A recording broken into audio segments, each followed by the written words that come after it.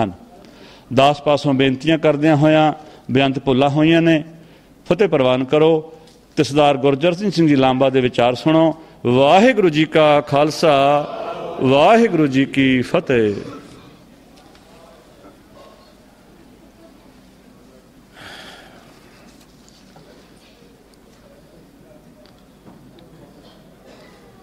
ਸਾਹਿਬ ਸ੍ਰੀ ਗੁਰੂ ਗ੍ਰੰਥ ਸਾਹਿਬ ਜੀ ਮਹਾਰਾਜ ਦੀ ਪਾਵਨ ਗੋਦ ਵਿੱਚ ਬਿਰਾਜਮਾਨ ਗੁਰੂ ਰੂਪ ਖਾਲਸਾ ਜੀ ਸਾਹਿਬਾਂ ਦੀ ਬਖਸ਼ੀ ਹੋਈ ਫਤਿਹ ਪ੍ਰਵਾਨ ਕਰਨੀ। ਵਾਹਿਗੁਰੂ ਜੀ ਕਾ ਖਾਲਸਾ, ਵਾਹਿਗੁਰੂ ਜੀ ਕੀ ਫਤਿਹ। ਅੱਜ ਦਾ ਇਹ ਦੀਵਾਨ ਇੱਕ ਵਿਲੱਖਣ ਦੀਵਾਨ ਹੈ। ਇਹ ਸੈਮੀਨਾਰ ਹੈ, ਇਹ ਸੰਗਤ ਹੈ, ਇਹ ਦੀਵਾਨ ਹੈ। ਇਸ ਦਾ ਮਕਸਦ ਕੀ ਹੈ? ਉਹ ਮਕਸਦ ਤੁਹਾਡੇ ਪਿੱਛੇ ਲੱਗੇ ਹੋਏ ਬੋਰਡ ਬੈਨਰ ਦੇ ਉੱਤੇ ਹੈ। ਖਾਲਸੇ ਦਾ ਵਿਰਸਾ। ਵਿਰਸਾ ਬੜਾ ਕੀਮਤੀ ਲਫ਼ਜ਼ ਹੁੰਦਾ ਹੈ। ਵਿਰਸਾ ਸੰਭਾਲਣ ਲਈ, ਵਿਰਸੇ ਨੂੰ ਸਾਂਭ ਕੇ ਰੱਖਣ ਲਈ ਲੋਕ ਆਪਣਾ ਸਾਰਾ ਕੁਝ ਵਾਰ ਦਿੰਦੇ ਹਨ, ਸਭ ਕੁਝ ਕੁਰਬਾਨ ਕਰ ਦਿੰਦੇ ਹਨ, ਪਰ ਆਪਣਾ ਵਿਰਸਾ ਕਾਇਮ ਰੱਖਦੇ ਹਨ। ਜ਼ਿੰਦਾ ਕੌਮਾਂ ਆਪਣਾ ਵਿਰਸਾ ਸਾਂਭ ਕੇ ਰੱਖਦੀਆਂ ਹਨ। ਹਰ ਬਾਗੈਰਤ ਇਨਸਾਨ ਜਿਸ ਦੇ ਅੰਦਰ ਕੋਈ ਅਣਖ ਹੈ, ਉਹ ਆਪਣੇ ਵਿਰਸੇ ਨੂੰ ਅਜਾਈ ਨਹੀਂ ਜਾਣ ਦਿੰਦਾ। ਪਰ ਇੱਕ ਗੱਲ ਯਾਦ ਰੱਖ ਲੈਣਾ, ਵਾਰਸ ਤੋਂ ਵਿਰਸਾ ਹੈ। ਜਿਹੜਾ ਵਾਰਸ ਹੈ ਉਹ ਵਿਰਸੇ ਦਾ ਮਾਲਕ ਹੁੰਦਾ ਹੈ, ਪਰ ਜੇ ਔਲਾਦ ਨਾਜਾਇਜ਼ ਹੋ ਜਾਏ ਤਾਂ ਨਾ ਉਹ ਵਿਰਸਾ ਰਹਿੰਦਾ, ਨਾ ਉਹ ਵਿਰਾਸਤ ਰਹਿੰਦੀ ਹੈ। ਜਾਇਜ਼ ਔਲਾਦ ਨੂੰ ਵਿਰਸੇ ਦੀ ਕੀਮਤ ਦਾ ਪਤਾ ਹੁੰਦਾ ਹੈ, ਦੂਸਰਿਆਂ ਨੂੰ ਪਾਰਖਤੀ ਦੇ ਦਿੱਤੀ ਜਾਂਦੀ ਹੈ। ਇਹ ਮੇਰੀ ਔਲਾਦ ਹੁੰਦਿਆਂ ਹੋਇਆਂ ਵੀ ਮੇਰੀ ਔਲਾਦ ਨਹੀਂ ਹੈ। ਪਹਿਲਾ ਇਹ ਬੜਾ ਅਹਿਮ ਨੁਕਤਾ ਹੈ। ਅਸੀਂ ਇਹ ਤੈਅ ਕਰਨਾ ਹੈ ਕਿ ਕੀ ਅਸੀਂ ਉਸ ਵਿਰਸੇ ਦੇ ਮਾਲਕ ਬਣਨਾ ਹੈ। ਸਤਿਗੁਰ ਸੱਚੇ ਪਾਤਸ਼ਾਹ ਨੇ ਉਹ ਜਿਹੜਾ ਵਿਰਸਾ ਦਿੱਤਾ, ਉਹ ਕਿਸ ਕਿਸਮ ਦਾ ਵਿਰਸਾ ਹੈ, ਜਿਹਦੇ ਲਈ ਇੱਕ ਲਾਈਨ ਵਿੱਚ ਕਿਹਾ, ਰਿਹਾ ਗਿੱਠਾਂ ਨਾਲ ਪੁੱਤਾਂ ਦੀਆਂ ਮਿਣੇ ਪਿੰਨੀਆਂ, ਚੋਜੀ ਅੱਖਾਂ ਸਾਵੇਂ ਨਕਸ਼ਾ ਦੀਵਾਰ ਦਾ ਰਿਹਾ। ਉਸ ਦੀਵਾਰ ਨੂੰ, ਉਸ ਮਹਲ ਨੂੰ ਬਣਾਉਣ ਲਈ, ਉਸ ਕਿਲੇ ਨੂੰ ਉਸਾਰਨ ਲਈ ਉਹ ਕਿਸ ਤਰ੍ਹਾਂ ਦੀ ਸੋਚ ਕੇ ਉਹ ਸਾਰੀਆਂ ਕੁਰਬਾਨੀਆਂ ਦੇ ਰਹੇ ਸਨ। ਹਜ਼ੂਰ ਦੇ ਕੋਲ ਇੱਕ ਮਦਾਰ ਆਇਆ, ਅੰਦਰ ਆਉਣ ਲੱਗਾ, ਇੱਕ ਫੁੱਲ ਚੁੱਕ ਕੇ ਲੈ ਆਇਆ। ਹਜ਼ੂਰ ਨੇ ਕਿਹਾ, ਬਾਈ ਇਹਦੀ ਫੁੱਲ ਦੀ ਕੀ ਲੋੜ ਸੀ? ਕਹਿਣ ਲੱਗਾ, ਉਹ ਜਲਾਲੇ ਹੂ ਦਸਤੇ ਖਾਲੀ ਰੁਸਵਾ। ਜਦੋਂ ਪੀਰ ਦੇ ਕੋਲ ਆਓ, ਬਜ਼ੁਰਗਾਂ ਕੋਲ ਆਓ, ਖਾਲੀ ਹੱਥ ਆਣਾ ਸ਼ਰਮ ਦਾ ਬਾਇਸ ਹੈ। ਹਜ਼ੂਰ ਨੇ ਕਿਹਾ, ਨਹੀਂ, ਦਿਲੇ ਖਾਲੀ ਰੁਸਵਾ। ਅਗਰ ਦਿਲ ਵਿੱਚ ਸ਼ਰਧਾ ਨਹੀਂ ਹੈ, ਫਿਰ ਹੱਥ ਦੇ ਵਿੱਚ ਕੀ ਹੈ ਉਸ ਦੀ ਕੋਈ ਕੀਮਤ ਨਹੀਂ ਹੈ। ਅੱਜ ਅਸੀਂ ਬਹੁਤ ਗੰਭੀਰ ਵਿਸ਼ੇ ਦੇ ਉੱਤੇ ਗੱਲ ਕਰ ਰਹੇ ਹਾਂ। ਕੋਈ ਸਧਾਰਨ ਦੀਵਾਨ ਨਹੀਂ ਹੈ। ਔਰ ਮੈਂ ਹੈਰਾਨ ਹਾਂ ਔਰ ਨਤਮਸਤਕ ਹਾਂ ਡਾਕਟਰ ਗੁਰਤੇਜ ਸਿੰਘ ਜੀ ਤੇ। ਮਹਾਰਾਜ ਦੀ ਹਜ਼ੂਰੀ ਦੇ ਵਿੱਚ ਬੜੇ ਸੰਜਮ ਨਾਲ ਔਰ ਬੜੀ ਜ਼ਿੰਮੇਵਾਰੀ ਨਾਲ ਕਹਿ ਰਿਹਾ, ਪ੍ਰੋਫੈਸਰ ਆਫ ਮੈਡੀਸਿਨ ਹੁੰਦਿਆਂ ਹੋਇਆਂ ਡਾਕਟਰ ਸਾਹਿਬ ਕਿਸ ਸ਼ਿੱਦਤ ਦੇ ਨਾਲ, ਕਿਸ ਤੜਪ ਦੇ ਨਾਲ ਉਹਨਾਂ ਦੇ ਅੰਦਰ ਜੋ ਜਜ਼ਬਾ ਹੈ ਉਸ ਨੂੰ ਇਹ ਲੈ ਕੇ ਤੁਰੇ ਹਨ। ਪਿਛਲੇ ਹਫ਼ਤੇ ਕੈਲੀਫੋਰਨੀਆ ਦੇ ਵਿੱਚ ਸ਼ਾਨਦਾਰ ਇਹਨਾਂ ਨੇ ਸਮਾਗਮ ਕਰਾਇਆ, ਬਹੁਤ ਹੀ ਕਾਮਯਾਬ ਸੀ। ਔਰ ਉਸ ਲੜੀ ਦੇ ਵਿੱਚ ਇਹ ਦੂਸਰਾ, ਔਰ ਇਹਨਾਂ ਦਾ ਕਹਿਣਾ ਹੈ ਕਿ ਦੂਸਰਾ ਨਹੀਂ ਹੈ ਬਲਕਿ ਇਹ ਸ਼ੁਰੂਆਤ ਹੈ, ਇਹ ਆਗਾਜ਼ ਹੈ, ਇਹ ਆਰੰਭਤਾ ਹੈ। ਜੇ ਹੋਰ ਕੋਈ ਵੀ ਕਰਵਾਉਣਾ ਚਾਹੇ, ਇਹ ਉਸ ਦੇ ਲਈ ਪੂਰਾ ਸਹਿਯੋਗ ਦੇਣ ਨੂੰ ਤਿਆਰ ਹਨ। ਹੁਣ ਗੱਲ ਹੋ ਰਹੀ ਹੈ, ਹਮਲਾ ਹੈ, ਸਿੱਧਾ ਹਮਲਾ ਹੈ। ਬਿਲਕੁਲ ਉਹਦੇ ਵਿੱਚ ਹੁਣ ਕੋਈ ਲੁਕੀ ਛਿਪੀ ਗੱਲ ਨਹੀਂ ਰਹਿ ਗਈ।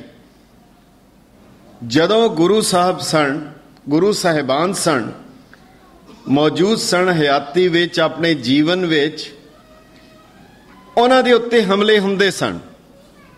ਸਾਹਿਬ ਸ੍ਰੀ ਗੁਰੂ ਨਾਨਕ ਦੇਵ ਜੀ ਮਹਾਰਾਜ ਨੂੰ ਜੇਲ੍ਹ ਵਿੱਚ ਬੰਦ ਕੀਤਾ ਗਿਆ। ਗੁਰੂ ਅੰਗਦ ਦੇਵ ਜੀ ਦੇ ਉੱਤੇ ਤਲਵਾਰ ਚੁੱਕੀ ਗਈ। ਗੁਰੂ ਅਰਜਨ ਦੇਵ ਜੀ ਉੱਤੇ ਤਸੀਹੇ ਹੋਏ। ਗੁਰੂ ਤੇਗ ਬਹਾਦਰ ਸਾਹਿਬ ਦੇ ਉੱਤੇ ਤਸੀਹੇ ਦੇ ਕੇ ਸ਼ਹੀਦ ਕੀਤਾ ਗਿਆ। ਕਿਹੜਾ ਤਸੀਹਾ ਹੈ ਜਿਹੜਾ ਗੁਰੂ ਸਾਹਿਬਾਨ ਨੇ ਆਪਣੇ ਸਰੀਰ ਦੇ ਉੱਤੇ ਨਹੀਂ ਚੱਲਿਆ? ਹੁਣ ਗੁਰੂ ਸਾਹਿਬ ਨਹੀਂ ਹਨ, ਪਰ ਉਹਨਾਂ ਨੇ ਜਿਹੜੀ ਇੱਕ ਗੱਲ ਕਹੀ ਸੀ, ਬਾਬੇ ਕੇ ਬਾਬਰ ਕੇ ਦੋ, ਇਹ ਬਾਬੇ ਕੇ ਤੇ ਬਾਬਰ ਕੇ, ਨਾ ਬਾਬੇ ਕੇ ਮੁੱਕਣੇ ਆ ਤੇ ਨਾ ਬਾਬਰ ਕੇ ਮੁੱਕਣੇ ਆ। ਇਹ ਦੋਨੋਂ ਨਾਲ ਨਾਲ ਤੁਰਦੇ ਆ ਰਹੇ ਹਨ। ਇਹ ਦੋਨੋਂ ਨਾਲ ਨਾਲ ਤੁਰਦੇ ਹਨ। ਅਸੀਂ ਰੋਜ਼ ਪੜ੍ਹਦੇ ਹਾਂ, ਦੇਵ ਦੈਤ ਜਛਨ ਉਪਜਾਇਓ। ਇਹ ਦੇਵਤੇ ਤੇ ਦੈਤ ਨਾਲੋਂ ਨਾਲ ਤੁਰਨਗੇ। ਇਹ ਦੋਨੋਂ ਨਹੀਂ ਮੁੱਕਣੇ। ਇਹ ਸਤਿਗੁਰ ਸੱਚੇ ਪਾਤਸ਼ਾਹ ਨੇ ਇਹ ਖੁਦ ਬਣਾਏ ਹਨ। ਪਰ ਇੱਕ ਗੱਲ ਉਹਨਾਂ ਨੇ ਕਹਿ ਦਿੱਤੀ, ਕਿਧਰੇ ਇਹਨਾਂ ਨੂੰ ਵੱਖਰੇ ਜੰਤੂ ਵੱਖਰੇ ਜੀਵ ਨਾ ਸਮਝ ਲੈਣਾ। ਦਰਅਸਲ ਸਾਧ ਕਰਮ ਜੇ ਪੁਰਖ ਕਮਾਵੇ, ਨਾਮ ਦੇਵਤਾ ਜਗਤ ਕਹਾਵੇ।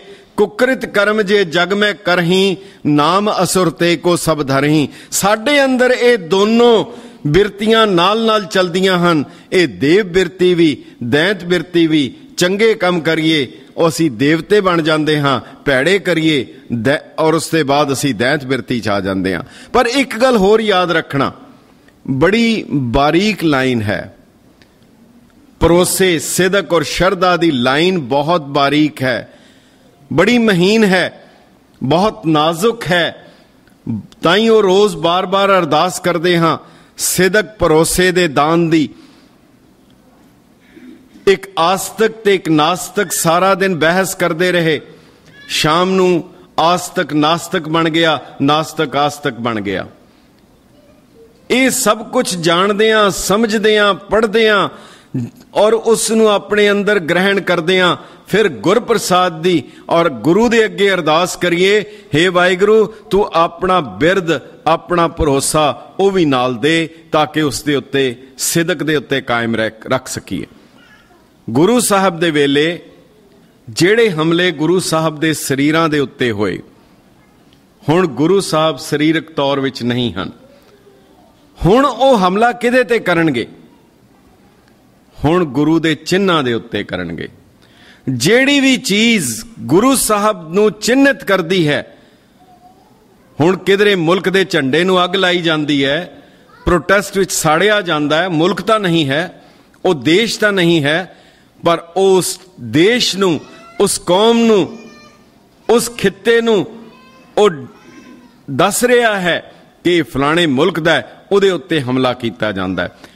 ਜਿਹੜੀ ਵੀ ਚੀਜ਼ ਗੁਰੂ ਸਾਹਿਬ ਦੀ ਹੋਏਗੀ, ਜਿਹੜੇ ਗੁਰੂ ਸਾਹਿਬ ਦੀਆਂ ਨਿਸ਼ਾਨੀਆਂ ਹੋਣਗੀਆਂ, ਚਾਹੇ ਉਹਨਾਂ ਦੀ ਦਸਤਾਰ ਹੋਏਗੀ, ਚਾਹੇ ਉਹਨਾਂ ਦਾ ਸਰੂਪ ਹੋਏਗਾ, ਉਹਨਾਂ ਦੇ ਕਕਾਰ ਹੋਣਗੇ, ਉਹਨਾਂ ਦੀ ਬਾਣੀ ਹੋਏਗੀ, ਉਹਨਾਂ ਦਾ ਇਤਿਹਾਸ ਹੋਏਗਾ, ਜਿਹੜੀ ਵੀ ਚੀਜ਼ ਜਿਹਦੇ ਨਾਲ ਗੁਰੂ ਸਾਹਿਬ ਦਾ ਨਾਮ ਜੁੜੇਗਾ ਉਹਦੇ ਉੱਤੇ ਹਮਲਾ ਹੋਏਗਾ।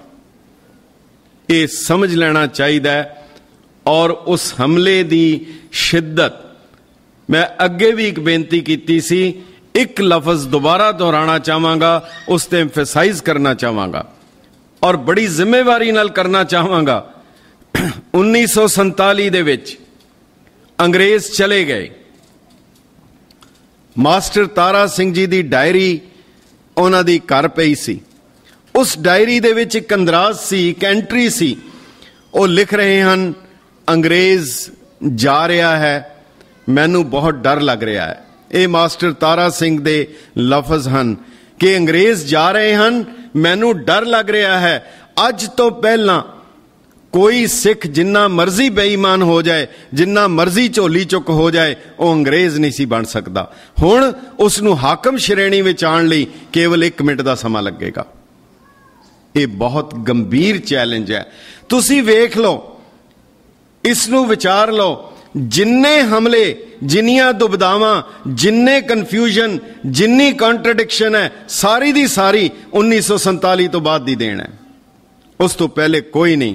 ਮੇਰੇ ਔਰ ਮੇਰੇ ਬਜ਼ੁਰਗਾਂ ਦੇ ਵਿੱਚ ਫਰਕ ਹੈ। ਮੇਰੇ ਬਜ਼ੁਰਗ ਗੁਰਬਰ ਅਕਾਲ ਕਹਿੰਦੇ ਸੀ, ਗੁਰੂ ਬਰਾਬਰ ਹੈ ਅਕਾਲ ਦੇ। ਗੁਰੂ ਔਰ ਵਾਹਿਗੁਰੂ ਵਿੱਚ ਕੋਈ ਅੰਤਰ ਨਹੀਂ ਹੈ। ਮੈਨੂੰ ਅਕਲ ਆ ਗਈ ਹੈ, ਮੈਨੂੰ ਪੜ੍ਹਨ ਦੀ ਜਾਚ ਆ ਗਈ ਹੈ, ਮੈਂ ਡਿਗਰੀਆਂ ਲੈ ਲਈਆਂ ਹਨ, ਹੁਣ ਮੈਂ ਨਾਸਤਕ ਬਣ ਗਿਆ ਹਾਂ। ਹੁਣ ਮੈਂ ਗੁਰੂ ਨੂੰ ਇੱਕ इंसान दे धरातल दे उत्ते रख के ये मैं देखना चाहता। दिल्ली मिशनरियां दी एक मीटिंग दे विच ये कहा जा रहा सी, Guru Nanak was little more intelligent than us. हुण ये जदों बिरती आ जाएगी फिर अगे की होएगा कहना मुश्किल है। एक गल बार बार कही जा रही है कि जे दसम ग्रंथ नहीं होएगा तो की होएगा। गुरु ग्रंथ साहिब है, फिर दसम की लोड़ की है। बड़ा सीधा जिहा आम लोगों नूं जिन्हां ने ना दसम देखिया, ना समझिया, ना बाणी देखी, महंगी है, बहुत महंगी है, बहुत कठिन है। हर चंगी चीज महंगी होएगी। हुण सधारण जी गल लगदी है, साडा कम सरदा है, असी गुरु ग्रंथ साहिब अगे आके मत्था टेकना है, अरदास करनी है, सब कुछ है।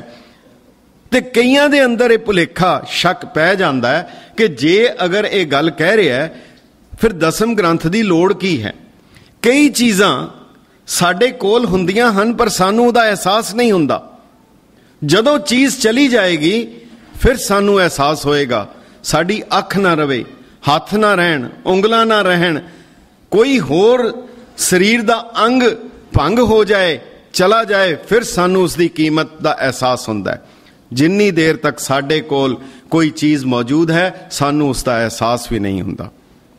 सतगुर सच्चे पातशाह साहिब श्री गुरु नानक देव जी महाराज दे कोल एक सिख आया, बहुत कमाल दी सिखां दी भगतमाला दे विच अंकत है।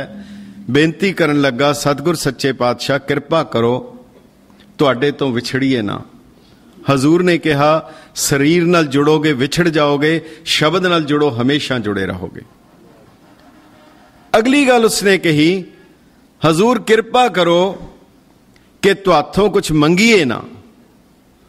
हजूर मुस्कुरा पे कहन लगे, जो अज तक तैनू मिलिया है, जो कुछ तेरे कोल है, की तैनू कदे याद है, चेता है कि तू ये मंगया, कदी इहदे लई अरदास कीती है? कहन लगा, नहीं, वाहिगुरू ने आपे दिता है। कहन लगे, फिर ये कहण दी की गल होई कि मैं मंगा ना?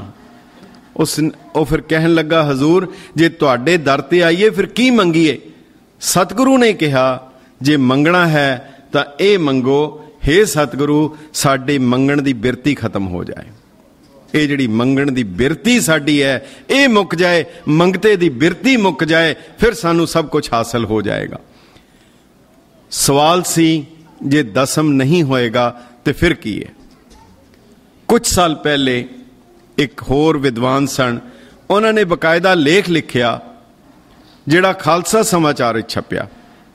उन्होंने लिखिया, गुरु अर्जन देव जी महाराज ने गुरु ग्रंथ साहिब मुकम्मल कर दिता, गुरु ग्रंथ साहिब बन गया, हरमंदर साहब बन गया, कीर्तन हो गया, संगत हो गई, सरोवर हो गए, सारियां परंपरावां हो गईयां।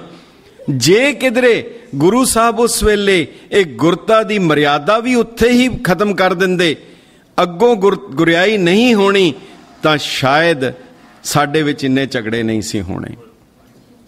ये सोच साडी है, बस यही सोच है इंसान दी ते गुरु दी, इन्ना ही फर्क है। अज फिर उन्हां नूं एहसास होया, गल उत्थे दबी गई। बिल्कुल हू बहू यही गल मुड़ दोबारा की जा रही है, क्योंकि उस तो बाद अकाल तख्त साहब बनया, हुक्मनामे होए, गुरु तेग बहादुर साहब आए, गुरु गोबिंद सिंह साहब आए।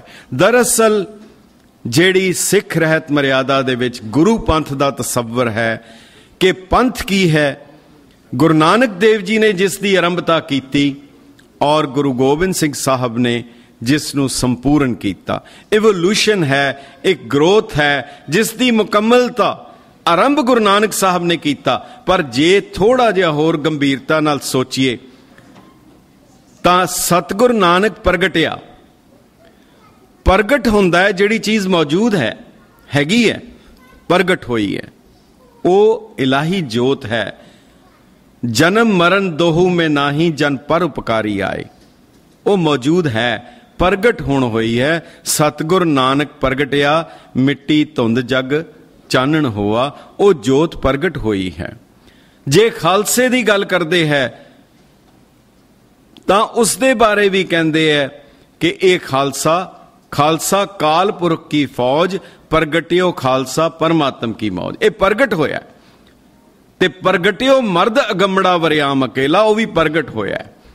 ਇਹ ਜਿਹੜਾ ਨੁਕਤਾ ਹੈ, ਹੁਣ ਗੁਰੂ ਸਾਹਿਬ ਨੇ ਇਸ ਸਾਰੇ ਪੰਥ ਨੂੰ ਜਦੋਂ ਮੁਕੰਮਲ ਕੀਤਾ, ਇੱਕ ਲਫ਼ਜ਼ ਉਹਦੇ 'ਚ ਹੋਰ ਕਿਹਾ, ਇਹ ਪੰਥ ਚਲਾਇਆ ਗੁਰੂ ਨਾਨਕ ਸਾਹਿਬ ਨੇ ਹੈ। ਮਾਰਿਆ ਸਿੱਕਾ ਜਗਤ ਵਿੱਚ, ਨਾਨਕ ਨਿਰਮਲ ਪੰਥ ਚਲਾਇਆ। ਪੰਥ ਚਲਾਇਆ ਉਹਨਾਂ ਨੇ ਹੈ, ਪਰ ਇਸ ਪੰਥ ਨੂੰ ਪਰਚੁਰ ਕਰਨ ਲਈ, ਇਹਨੂੰ ਵਾਧਾ ਕਰਨ ਲਈ, ਇਸ ਦੇ ਵਿੱਚ ਵਾਧਾ ਕਰਨ ਲਈ ਗੁਰੂ ਗੋਬਿੰਦ ਸਿੰਘ ਸਾਹਿਬ ਕਹਿੰਦੇ, ਪੰਥ ਪਰਚੁਰ ਕਰਬੇ ਕੋ ਸਾਜਾ। ਮੈਨੂੰ ਪੰਥ ਦਾ ਵਾਧਾ ਕਰਨ ਲਈ, ਪੰਥ ਦਾ ਪ੍ਰਚਾਰ ਕਰਨ ਲਈ, ਪੰਥ ਨੂੰ ਪਰਚੁਰ ਕਰਨ ਲਈ ਮੈਨੂੰ ਇਸ ਧਰਤੀ ਦੇ ਉੱਤੇ ਮਾਤ ਲੋਕ ਦੇ ਵਿੱਚ ਭੇਜਿਆ ਗਿਆ। ਜੋਤ ਵੀ ਹੋਈ ਹੈ, ਜੁਗਤੀ ਵੀ ਹੋਈ ਹੈ, ਸਭ ਕੁਝ ਹੋਈ ਹੈ, ਪਰ ਢੰਗ ਬਦਲਣਗੇ, ਰੂਪ ਬਦਲਣਗੇ। ਜੇ ਗੁਰੂ ਹਰਗੋਬਿੰਦ ਸਾਹਿਬ ਦੇ ਉਸ ਸ਼ਸਤਰਧਾਰੀ ਸਰੂਪ ਦੇ ਵਿੱਚੋਂ ਗੁਰੂ ਨਾਨਕ ਸਾਹਿਬ ਦੇ ਦਰਸ਼ਨ ਕਰਨੇ ਬਹੁਤ ਔਖੇ ਹੈ। ਬਸ ਇਹ ਅਗਰ ਨੁਕਤਾ ਸਮਝ ਆਏ, ਇਹ ਦੂਸਰੀ ਗੱਲ ਹੈ। ਮੈਂ ਉਸ ਵਿਸਥਾਰ ਵਿੱਚ ਨਾ ਜਾਵਾਂ, ਉਹ ਬੜਾ ਫਿਲਾਸਫੀਕਲ, ਉਹ ਬੜਾ ਵੱਖਰਾ ਜਿਹਾ ਵਿਸ਼ਾ ਹੈ। ਪਰ ਅੱਜ ਬੜੇ ਸਿੱਧੇ ਸਿੱਧੇ ਛੋਟੇ ਛੋਟੇ ਨੁਕਤੇ ਮੈਂ ਵੇਖਣ ਦੀ ਕੋਸ਼ਿਸ਼ ਕਰ ਰਿਹਾ ਸੀ। ਪਿਤਾ ਜੀ ਫੌਜ ਵਿੱਚ ਸਨ, ਉਹਨਾਂ ਨੂੰ ਕੰਪਲਸਰੀ ਉਸ ਵੇਲੇ 58-59 ਦੇ ਵਿੱਚ ਗੱਲ ਹੈ, ਆਰਮੀ ਦੇ ਵਿੱਚ ਅੰਗਰੇਜ਼ੀ ਵਿੱਚ ਕਮਾਂਡਸ ਹੁੰਦੀਆਂ ਸੀ, ਅਟੈਂਸ਼ਨ, ਸਟੈਂਡਰਟੀਜ਼, ਮਾਰਚ, ਹਾਲਟ, ਉਹ ਸਾਰੀਆਂ ਅੰਗਰੇਜ਼ੀ 'ਚ ਸੀ। ਫੌਜ ਨੇ ਉਹ ਸਾਰੀਆਂ ਹਿੰਦੀ ਵਿੱਚ ਕਰ ਦਿੱਤੀਆਂ, ਔਰ ਫਿਰ ਜਿੰਨੇ ਫੌਜੀ ਸੀ ਉਹਨਾਂ ਦਾ ਇੱਕ ਟੈਸਟ ਹੋਇਆ। ਉਸ ਟੈਸਟ ਦੇ ਵਿੱਚ ਉਹਨਾਂ ਨੇ ਇੱਕ ਪਰਚੇ 'ਚ ਇੱਕ ਸਵਾਲ ਪਾਇਆ ਕਿ ਜੇਕਰ ਇੱਕ ਪੈਨ ਦੀ ਸਟ੍ਰੋਕ ਨਾਲ, ਇੱਕੋ ਆਰਡਰ ਦੇ ਨਾਲ, ਸ਼ੁਰੂ ਤੋਂ ਲੈ ਕੇ ਅਖੀਰ ਤੱਕ ਇਹ ਕਰ ਦਿੱਤਾ ਜਾਏ, ਸਾਰੇ ਹਿੰਦੁਸਤਾਨ ਵਿੱਚ ਹਿੰਦੀ ਲਾਗੂ ਹੋ ਜਾਏਗੀ, ਹੋਰ ਕੋਈ ਭਾਸ਼ਾ ਨਹੀਂ ਵਰਤੀ ਜਾਏਗੀ, ਹਰ ਚੀਜ਼ ਹਿੰਦੀ ਵਿੱਚ ਹੋਏਗੀ, ਫਿਰ ਉਹਦਾ ਕੀ ਅਸਰ ਹੋਏਗਾ। ਬਿਲਕੁਲ ਇਦਾਂ ਦਾ ਹੀ ਸਵਾਲ ਹੁਣ ਕੀਤਾ ਜਾ ਰਿਹਾ ਹੈ। ਉਸੇ ਤਰ੍ਹਾਂ ਦਾ ਸਵਾਲ ਸੀ ਕਿ ਜੇ ਹਰ ਲੈਵਲ ਤੇ ਹਿੰਦੀ ਇੱਕ ਮੁਸ਼ਤ ਲਾਗੂ ਹੋ ਜਾਏ, ਫਿਰ ਕੀ ਹੋਏਗਾ। ਮੈਨੂੰ ਯਾਦ ਹੈ, ਪਿਤਾ ਜੀ ਦਾ ਇੱਕ ਦੋਸਤ ਹੁੰਦਾ ਸੀ, ਸੂਬੇਦਾਰ ਜੋਤ ਸਿੰਘ, ਉਹ ਆਪਣੇ ਪਰਚੇ 'ਚ ਲਿਖ ਕੇ ਆਇਆ ਕਿ ਜੇ ਐਸਾ ਹੋ ਜਾਏ ਤਾਂ ਜਿਸ ਤਰ੍ਹਾਂ ਹਜ਼ਾਰਾਂ ਸਾਲ ਪਹਿਲੇ ਇੱਕ ਪੱਤਾ ਅੱਗੇ ਤੇ ਇੱਕ ਪੱਤਾ ਪਿੱਛੇ ਬਣ ਕੇ ਘੁੰਮਦੇ ਸੀ, ਉਹੀ ਹਾਲ ਹੋ ਜਾਏਗਾ। ਉਹਦੀ ਪੇਸ਼ੀ ਹੋ ਗਈ ਕਿ ਤੂੰ ਸਮਝਾ ਇਹਦਾ ਮਤਲਬ ਕੀ ਹੈਗਾ। ਦਰਅਸਲ ਇਹ ਬੜਾ ਗੰਭੀਰ ਚੈਲੰਜ ਹੈ ਇਹ ਕਰਨਾ, ਇਹ ਸਵਾਲ ਕਰਨਾ ਔਰ ਇਹ ਕਹਿਣਾ ਕਿ ਜੇ ਦਸਮ ਨਹੀਂ ਹੋਏਗਾ ਤੇ ਫਿਰ ਕੀ ਹੋਏਗਾ। ਸਭ ਤੋਂ ਪਹਿਲੀ ਗੱਲ ਤਾਂ ਇਹ ਹੋਏਗੀ, ਵਾਹਿਗੁਰੂ ਜੀ ਕੀ ਫਤਿਹ ਖਤਮ ਹੋ ਜਾਏਗੀ। ਕੀ ਸਾਨੂੰ ਮਨਜ਼ੂਰ ਹੈ? ਜਿਹੜੇ ਬੰਦੇ ਇਹ ਪ੍ਰਚਾਰ ਕਰ ਰਹੇ ਹਨ ਜਾਂ ਕੁਪ੍ਰਚਾਰ ਕਰ ਰਹੇ ਹਨ, ਦੁਸ਼ਪ੍ਰਚਾਰ ਕਰ ਰਹੇ, ਪ੍ਰਚਾਰ ਨਹੀਂ ਹੈ, ਦੁਸ਼ਪ੍ਰਚਾਰ ਹੈ, ਪਹਿਲਾ ਲਫ਼ਜ਼ ਜਿਹੜਾ ਹੋਏਗਾ ਉਹ ਵਾਹਿਗੁਰੂ ਜੀ ਕੀ ਫਤਿਹ ਖਤਮ ਹੋ ਜਾਏਗਾ। ਇਹ ਸ੍ਰੀ ਦਸਮ ਗ੍ਰੰਥ ਸਾਹਿਬ ਦੀ ਦੇਣ ਹੈ, ਪਹਿਲੀ ਜਿਹੜੀ ਹੋਏਗੀ। ਦੂਸਰਾ ਕੀ ਹੋਏਗਾ? ਇਹ ਨਿਸ਼ਾਨ ਸਾਹਿਬ ਹਟ ਜਾਏਗਾ। ਇਹ ਜੋ ਨਿਸ਼ਾਨ ਸਾਹਿਬ ਹੈ, ਇਹ ਸ੍ਰੀ ਦਸਮ ਗ੍ਰੰਥ ਸਾਹਿਬ ਦੀ ਦੇਣ ਹੈ। ਜੇ ਪੂਜਾ ਅਸਕੇਤ ਕੀ, ਅਸਕੇਤ ਜਿਸ ਝੰਡੇ ਦੇ ਵਿੱਚ, ਕੇਤ ਮੈਨੇ ਝੰਡਾ ਹੈ, ਅਸ ਮੈਨੇ ਕਿਰਪਾਨ ਹੈ, ਜਿਸ ਝੰਡੇ ਦੇ ਵਿੱਚ ਕਿਰਪਾਨਾਂ ਦਾ ਨਿਸ਼ਾਨ ਹੈ, ਜਿਹੜੇ ਉਸ ਦੀ ਪੂਜਾ ਕਰਦੇ ਹੈ, ਜਿਹੜੇ ਉਸ ਨੂੰ ਨਮਸਕਾਰ ਕਰਦੇ ਹੈ। ਜੇ ਪੂਜਾ ਅਸਕੇਤ ਕੀ ਨਿਤ ਪਰਤ ਕਰੇ ਬਣਾਏ, ਤਿਨਕੋ ਆਪਣੋ ਹਾਥ ਦੇ ਅਸਦੁਜ ਲੈਤ ਬਚਾਏ। ਉਹਨਾਂ ਨੂੰ ਅਸਦੁਜ ਉਹਨਾਂ ਦੀ ਰੱਖਿਆ ਕਰੇਗਾ। ਫਿਰ ਨਿਸ਼ਾਨ ਸਾਹਿਬ ਵੀ ਉਤਰ ਜਾਏਗਾ, ਪੰਥ ਖਤਮ ਹੋਏਗਾ, ਪੰਥ ਦਾ ਲਫ਼ਜ਼ ਖਤਮ ਹੋ ਜਾਏਗਾ, ਪੰਥ ਪਰਚੁਰ ਕਰਬੇ ਕੋ ਸਾਜਾ ਦਾ ਕੰਸੈਪਟ ਵੀ ਖਤਮ ਹੋ ਜਾਏਗਾ, ਵਾਹਿਗੁਰੂ ਜੀ ਕਾ ਖਾਲਸਾ ਵਾਹਿਗੁਰੂ ਜੀ ਕੀ ਫਤਿਹ ਵੀ ਖਤਮ ਹੋ ਜਾਏਗੀ। ਇਹ ਕੈਸਾ ਪੰਥ ਬਣਾਉਣਾ ਚਾਹੁੰਦੇ ਹੈ? ਕੀ ਕਦੇ ਕਿਸੇ ਨੇ ਇਹਨਾਂ ਨੂੰ ਪੁੱਛਿਆ ਇਹ ਕੌਣ ਲੋਕ ਹਨ ਜਿਹੜੇ ਪੰਥ ਦੇ ਮੂਲ ਪੂਦਕ ਸਿਧਾਂਤਾਂ ਦੇ ਉੱਤੇ ਹਮਲਾ ਕਰਕੇ, ਜੇ ਇੱਕ ਓੰਕਾਰ ਸ੍ਰੀ ਵਾਹਿਗੁਰੂ ਜੀ ਕੀ ਫਤਿਹ ਇਹ ਵੀ ਖਤਮ ਹੋ ਜਾਏਗੀ, ਫਿਰ ਕੀ ਹੋਏਗਾ? ਕੀ ਬੋਲਣਗੇ? ਨਿਸ਼ਾਨ ਸਾਹਿਬ ਦੀ ਥਾਂ ਤੇ ਕੀ ਹੋਏਗਾ? ਫਿਰ ਕਿਹੜੇ ਦੇਵੀ ਦੇਵਤਾ ਦਾ ਝੰਡਾ ਲਾਣਗੇ? ਜਾਂ ਚਿੱਟਾ ਝੰਡਾ ਲਾਣਗੇ, ਜਾਂ ਕਾਂਗਰਸ ਦਾ, ਜਾਂ ਫਿਰ ਕਿਸੇ ਹੋਰ ਆਪਣਾ ਬਣਾਣਗੇ। ਫਿਰ ਉਸ ਦੇ ਬਾਅਦ ਅਰਦਾਸ ਖਤਮ ਹੋ ਜਾਏਗੀ। ਮੈਂ ਬੜੇ ਛੋਟੇ ਛੋਟੇ ਨੁਕਤੇ ਦੇ ਰਿਹਾ, ਵਿਆਖਿਆ ਵਿੱਚ ਨਹੀਂ ਜਾ ਰਿਹਾ। ਅਰਦਾਸ ਖਤਮ ਹੋ ਜਾਏਗੀ, ਵਾਰ ਸ੍ਰੀ ਭਗਉਤੀ ਜੀ ਕੀ ਖਤਮ ਹੋ ਜਾਏਗੀ। ਫਿਰ ਕਿੱਥੋਂ ਲੈ ਕੇ ਆਣਗੇ? ਕਿਸ ਨੂੰ ਕਿਹਦੇ ਅੱਗੇ ਜਾ ਕੇ ਉਹ ਕਰਨਗੇ।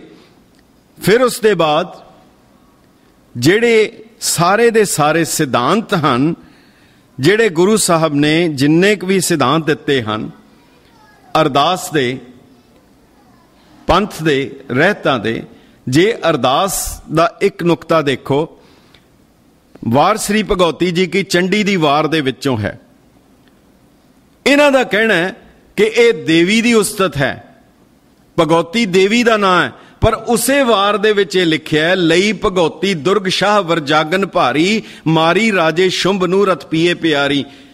ਦੁਰਗਾ ਨੇ ਭਗਉਤੀ ਚੁੱਕ ਕੇ ਰਾਜੇ ਸ਼ੁੰਭ ਨੂੰ ਮਾਰੀ, ਉਹਦਾ ਖੂਨ ਪੀ ਗਈ। ਤੇ ਜੇ ਇਹਨਾਂ ਦੀ ਮੰਨ ਲਓ, ਫਿਰ ਕੀ ਮਤਲਬ ਨਿਕਲੇਗਾ ਕਿ ਦੁਰਗਾ ਨੇ ਦੁਰਗਾ ਨੂੰ ਚੁੱਕ ਕੇ ਮਾਰਿਆ। ਦਰਅਸਲ ਇਹ ਇਹਨਾਂ ਦਾ ਲੈਵਲ ਕੀ ਹੈਗਾ, ਇਹਨਾਂ ਦਾ ਸਟੈਂਡਰਡ ਕੀ ਹੈਗਾ, ਕੀ ਇਹਨਾਂ ਨਾਲ ਗੱਲਬਾਤ ਹੋ ਸਕਦੀ ਹੈ, ਕਰਨੀ ਚਾਹੀਦੀ ਹੈ, ਇਹਨਾਂ ਨੂੰ ਸਮਝਾ ਸਕਦੇ ਹੋ। ਮੈਂ ਸਤਿਗੁਰੂ ਦੀ ਹਜ਼ੂਰੀ ਵਿੱਚ ਹਾਂ, ਕਿਸੇ ਦੀ ਖੁਸ਼ਾਮਦ ਨਹੀਂ, ਕਿਸੇ ਦੀ ਨਿੰਦਾ ਨਹੀਂ। ਨਿੰਦਾ ਔਰ ਖੁਸ਼ਾਮਦ ਦੋਨੋਂ ਤੋਂ ਉਸਤਤ ਤੋਂ ਡਰਨਾ ਚਾਹੀਦਾ ਹੈ।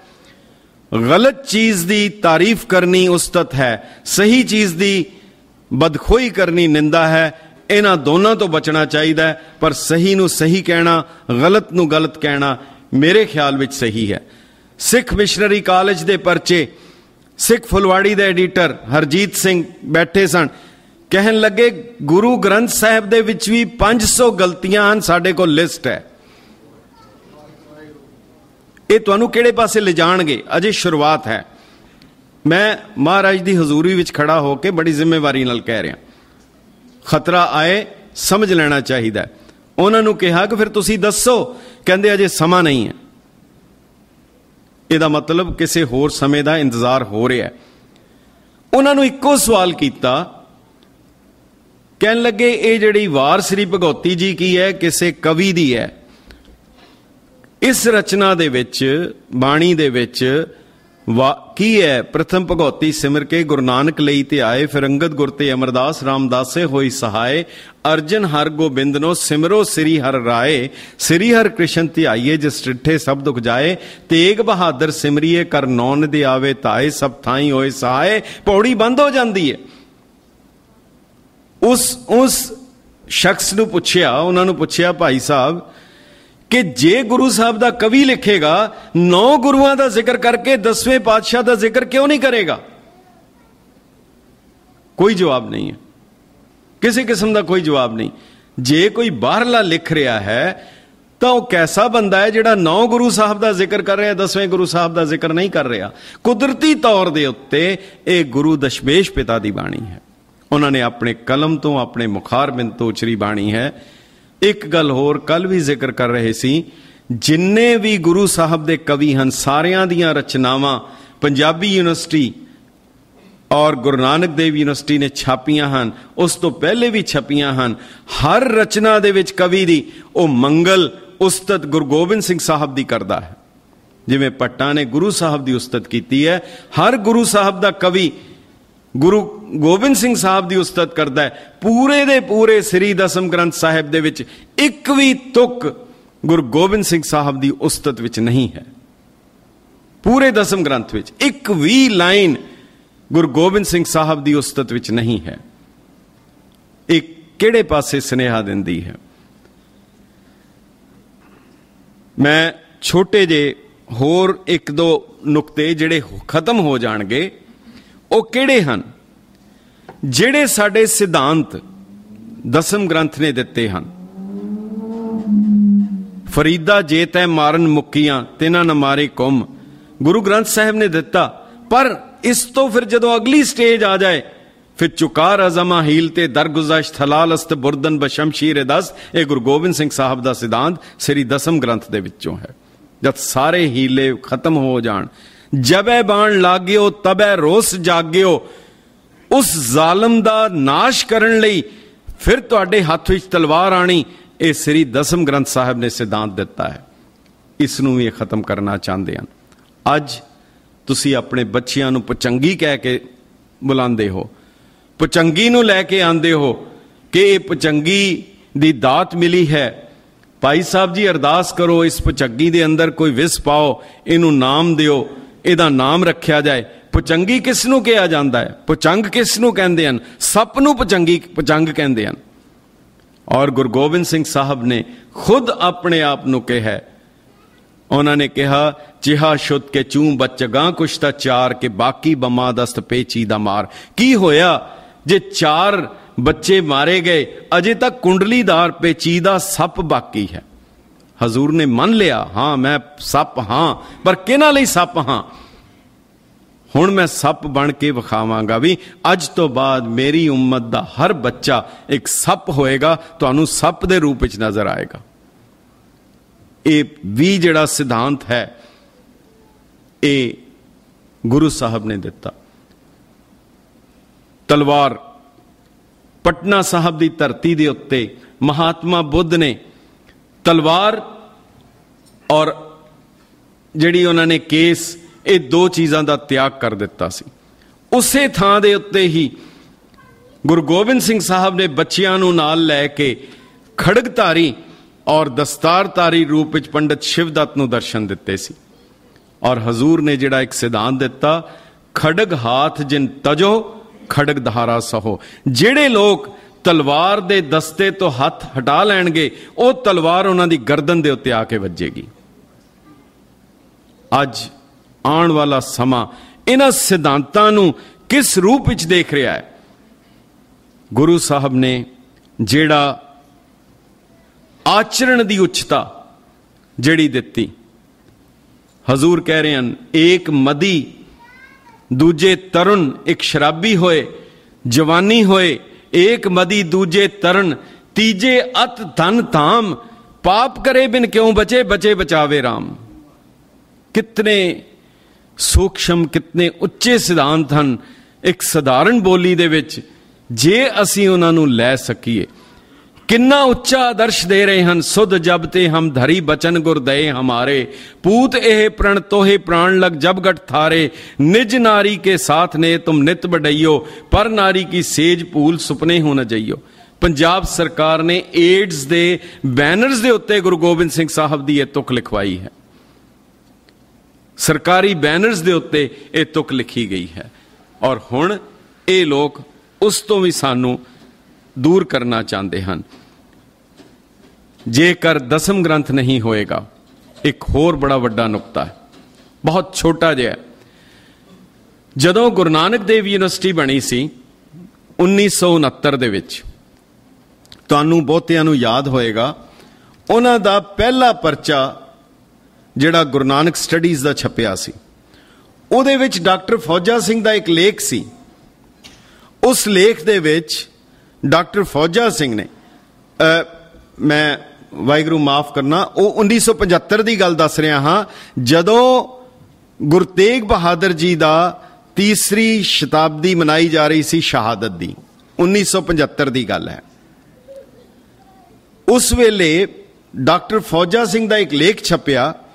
ਉਸ ਲੇਖ ਦੇ ਵਿੱਚ ਉਹਨਾਂ ਨੇ ਲਿਖਿਆ ਕਿ ਗੁਰੂ ਤੇਗ ਬਹਾਦਰ ਨੂੰ ਮੁਲਕ ਦੇ ਕਾਨੂੰਨ ਦੀ ਉਲੰਘਣਾ ਕਰਕੇ, ਕਿਉਂਕਿ ਉਹਨਾਂ ਨੇ ਬਗਾਵਤ ਫੈਲਾ ਰਹੇ ਸੀ, ਇਸ ਕਰਕੇ ਉਹਨਾਂ ਨੂੰ ਦੇਸ਼ ਦੇ ਕਾਨੂੰਨ ਦੇ ਮੁਤਾਬਕ ਸ਼ਹੀਦ ਕੀਤਾ ਗਿਆ। ਉਹਨਾਂ ਦੀ ਸ਼ਹਾਦਤ ਇੱਕ ਕਮਿਊਨਿਸਟ ਬਾਗੀ ਦੇ ਰੂਪ ਵਿੱਚ ਦੇਖੀ ਜਾ ਸਕਦੀ ਹੈ। ਜੇ ਕਿਸੇ ਕਮਿਊਨਿਸਟ ਨੇ ਬਗਾਵਤ ਕੀਤੀ ਹੈ, ਉਸ ਕਰਕੇ ਉਹਨਾਂ ਨੂੰ ਬਾਗੀਆਨਾ ਕਾਰਵਾਈ ਕਰਕੇ ਉਹਨਾਂ ਦੀ ਸ਼ਹਾਦਤ ਹੋਈ।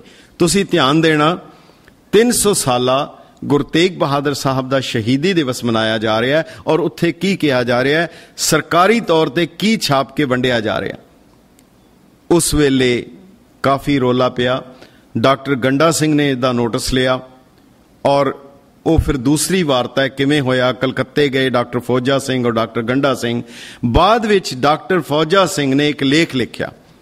ਉਹ ਲੇਖ ਦੇ ਵਿੱਚ ਇਹ ਲਿਖਿਆ ਕਿ ਮੈਂ ਪ੍ਰੋਫੈਸਰ ਹਾਂ, ਮੈਂ ਐਕੈਡਮਿਸ਼ੀਅਨ ਹਾਂ, ਮੈਨੂੰ ਗੁਰੂ ਤੇਗ ਬਹਾਦਰ ਸਾਹਿਬ ਦੀ ਪ੍ਰਾਇਮਰੀ ਐਵੀਡੈਂਸ, ਗੁਰੂ ਤੇਗ ਬਹਾਦਰ ਸਾਹਿਬ ਦੀ ਸ਼ਹਾਦਤ ਦੀ ਮੁੱਢਲੀ ਜਿਹੜੀ ਗਵਾਹੀ ਹੈ, ਜਿਹੜੀ ਗੁਰੂ ਗੋਬਿੰਦ ਸਿੰਘ ਸਾਹਿਬ ਨੇ ਅੰਕਿਤ ਕੀਤੀ ਹੈ, ਤਿਲਕ ਜੰਜੂ ਰਾਖਾ ਪ੍ਰਭ ਤਾਂਕਾ, ਉਹਨਾਂ ਦੇ ਤਿਲਕ ਔਰ ਜੰਜੂ ਦੀ ਖਾਤਰ ਠੀਕਰ ਫੋਰਦ ਲਈ ਸਿਰ, ਉਹ ਦਿੱਲੀ ਦੇ ਬਾਦਸ਼ਾਹ ਦੇ ਸਿਰ ਦੇ ਉੱਤੇ ਸਰੀਰ ਦਾ ਠੀਕਰਾ ਪੰਨਿਆ। और उसने माफ़ी मंगी डॉक्टर फौजा सिंह ने, और वो दोबारा लेख छपया और वो सारा कुछ मसला होया। अज ये लोग सने इन्हां दे सरगने, सरगना लफज बहुत सोच समझ के वरत्या जा रहे, वो सारे हुण कह रहे हैं कि ये बाणी नहीं है, गुरु साहब की लिखी नहीं है। दरअसल ये लोग गुरु तेग बहादुर साहब की शहादत दे सारे सबूत मेट देना चाहते हैं। ये पंगाणी दे युद्ध दे सारे सबूत मेट देना चाहते हैं। दसम ग्रंथ खालसे दे न्यारेपन दा ग्रंथ है, उसनू बिल्कुल मेट देना चाहते हैं। गुरु तेग बहादुर साहब नू मुड़ शहीद करन दी इन्हां दी ये कार्रवाई है, जिदे करके अगर ये नहीं होएगा तो फिर उस तो बाद कैसा साडा स्वरूप होएगा। साडी फतेह नहीं, साडा जयकारा नहीं, साडा निशान नहीं। सब तो मोटी गल पहला लफज लै लीए, सिख रहत मर्यादा दी पहली लाइन है। सिख कौन है? सिख है जेड़ा एक अकाल पुरख, 10 गुरु साहिबान, और 10 गुरु साहिबान भी मुकर्रर है। गुरु नानक देव जी तो लैके गुरु गोबिंद सिंह साहब तक, जिन्हां दा असी अरदास विच रोज ना लैंदे हां, वो सोमे दे विच अंकित है। उहदे च भी भुलेखा ना रवे। वार श्री भगौती जी के विच अंकित है। एक अकाल पुरख, 10 गुरु साहिबान, गुरु ग्रंथ साहिब, अते ये बहुत अहम है, 10 गुरु साहिबान दी बाणी। केवल बाणी दे स्रोत गुरु ग्रंथ साहिब नहीं है, 10 गुरु साहिबान दी बाणी अते खंडे दे अमृत ते, दशमेश दे अमृत ते निश्चा रखदा है, वो सिख है। जेड़ा रहत मर्यादा मुताबक जेड़ा व्यक्ति 10 गुरु साहिबान दी बाणी नू अपना इष्ट और मुक्ति दाता नहीं मनदा, वो सिख नहीं है। केवल इष्ट नहीं, केवल लिटरेचर नहीं, केवल साहित्य नहीं, उस बाणी नू अपना इष्ट मनदा है और अपना मुक्ति दाता मनदा है, वो जेड़ा है वो सिख है। मैं होर इसका मतलब ये निकलिया, जेकर ये दसम बाणी हट जाती है फिर अमृत भी खत्म है। किहड़ियां चीज़ां मुकदियां हन? अमृत भी खत्म, रहत भी खत्म, नारे भी खत्म, जयकारे भी खत्म, निशान साहब भी खत्म, नितनेम भी खत्म। फिर बाकी किहड़ा है? कैसे सिख बनाना चाहते हैं? भगवंत हरी जी ने लिखा है, भाई कान सिंह जी नाभा दे बेटे, हिंदू कौन है? उहदी परिभाषा लिख दिया क्या है, जेड़ा खान पान अते रहन सहन दे सारे बंधना तो मुक्त है, वह हिंदू है। किसी किस्म का कोई बंधन नहीं है। शायद ये भी बिल्कुल उसी किस्म का सिख तैयार करना चाहते हैं। हुण अगला एक लफज सिख लफज है। किसी हिंदू पुराण दे विच, किसी ग्रंथ दे विच सिख लफज नहीं है। गुरबाणी दे विच है, और गुरु गोबिंद सिंह साहब कह रहे हैं, और सिख हों अपने ही मन को, एह लालच हों गुण तोहे उचरों। ये सिख लफज भी खत्म है। साडा सारा कुछ जिहड़ा है इहदे विचों आ रहा है।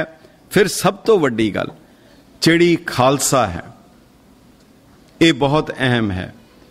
खालसे दी उपमा, खालसे दी परिभाषा, जागत जोत जपै निस्बासर, एक बिना मन नैक न आने। अखीर दे विच की है? पूर्ण जोत जगह घट में, तब खालस ताहे न खालस जाने। ये जिहड़ा खालसा भी उहदे विचों खत्म है। खालसा लफज भी मिट गया, पंथ भी मिट गया, सिख भी मिट गया, निशान भी मिट गया, सब कुछ मिट गया। ये फिर भेडां दे इज्जड़ नूं ये फिर अगवाई देणगे। अगला लफज है जेड़ा देग तेग फतेह, जेड़ा साडा नारा है, यह भी श्री दसम ग्रंथ दी देन है। यह भी इस दे विचों है, यह भी नहीं होएगा। देग तेग जग में दऊ चले, राख आप मोहे अवर ना दले, यह भी इहदे विचों ही है। राम राज का बड़ा रोला पैंदा है। राम राज आएगा, राम राज होएगा, राम राज होना चाहिए। महात्मा गांधी ने भी कहा राम राज है की चीज है राम राज? दसम ग्रंथ साहिब दस रहा है कि रामचंद्र जी ने वापस आके साम दाम और दंड सभेता, ये जिहड़े 4 तरीके जिसनों निंदिया जाता है, जिन्हों कंडम किया जाता है, साम दाम और दंड सभेदा, ये चारों तरीके वरत के रामचंद्र जी ने राम राज कायम किया। जेकर सानू ये पता लगेगा, ये साडी जानकारी भी श्री दसम ग्रंथ साहब सानू दे रहा है। फिर खालसे दा न्यारापन है, एक अकाल पुरख दी पूजा दा विधान, किसे होर दी नहीं। श्रावक सुध समूह सिधान के, देख फिरियो कर जोग जति के, सूर सुरारदन सुध सुधादक संत समूह अनेक मति के। सारे ही देश को देख रहे हो, मैं सारियां नू वेख लिया है, कोऊ ना देखत प्राणपति के। साइंस का एक बड़ा छोटा जिहा फार्मूला हुंदा है, work is equal to force into displacement. Work measure की जाती है, फोर्स हजारा पावर दी, हॉर्स पावर दी फोर्स लगा दो, अगर डिसप्लेसमेंट जीरो है, दोनों नू जरब देंगे, नतीजा जीरो होएगा। Work is equal to force into displacement. So हजूर कह रहे हैं कि बहुत मेहनत की जा रही है, बहुत जप तप किए जा रहे हैं, बहुत कर्मकांड किए जा रहे हैं, पर जे वाहिगुरु वल साडी डिसप्लेसमेंट नहीं है, फिर कूर क्रिया उर्जियो सब ही जग, श्री भगवान को भेद ना पायो, फिर उसका कोई फायदा नहीं है। इस दे बाद ਜਿਹੜੀਆਂ होर ਇਹਦੇ ਵਿੱਚੋਂ गुरु साहब ਦੇ ਆਣ ਦਾ ਮਕਸਦ ਕੀ ਹੈ, ਜੇ ਉਹਦਾ ਸੋਮਾ ਵੀ ਇਹੀ ਦੱਸ ਰਿਹਾ ਹੈ। हजूर खुद दस रहे हैं कि इस तो पहले दा वर्णन और अपने नल की होया। अकाल पुरख बाच इस कीट प्रति, जब पहले हम सृष्टि बनाई, हजूर कह रहे हैं रब ने मैनू दसिया कि जदों मैं सृष्टि बनाई। एक गल छोटी जी विच नुकता कह दिया कि गुरु साहब ने तपस्या की, तै हम अदक तपस्या साधी। अदक तपस्या बड़ा इतराज है जी, तप करना मना है, जप करना, फिर जे मना है फिर जप तप संजम धर्म ना कमाया, सेवा साध ना जानिया हर राया। बिल्कुल उही गल कर्मकांड वाली, तप करना है, जप करना है, पर किस दा जप करना है? अगर अकाल पुरख दा है तो सही है। जिवें डॉक्टर साहब भी कह रहे सी, पतविण पूजा सतविण संजम जतविण काहे जनेऊ। जप तप और संजम तो कोई गुरेज नहीं है, पर जे सही किया जाए फिर उसका है। हजूर ने जड़ी गल कही, तै हम अदक तपस्या साधी। अदक तपस्या, बड़ा इतराज, बड़ा रोला पा दिता। पर जेकर भाई गुरदास जी जिक्र करते हैं गुरु नानक साहब बारे, भारी करी तपस्या वड़े भाग हरस्यों बन आई। भारी और अदक दे विच की फर्क आ गया? वो कह रहे हैं भारी करी तपस्या, गुरु नानक साहब ने भारी तपस्या की, और गुरु गोबिंद सिंह साहब बारे है तै हम अदक तपस्या साधी। और उस तो बाद जदों फिर अकाल पुरख ने समझाया, दसिया, उहदे विच की दसिया? ब्रह्मा आप पार ब्रह्म बकाना, विष्ण आप ही को ठहराना, महादेव अच्युत कहायो, प्रभ न किन्हू जाना, जे जे होत भयो जग स्याना, तिन तिन अपनो राह चलाना। फिर ठाड़ भयो मैं जोर कर, बचन कहा सिर न्याय, पंथ चले तब जगत में जब तुम करो सहाय। फिर मैं करांगा कि किसू न कान राख हो अबेक।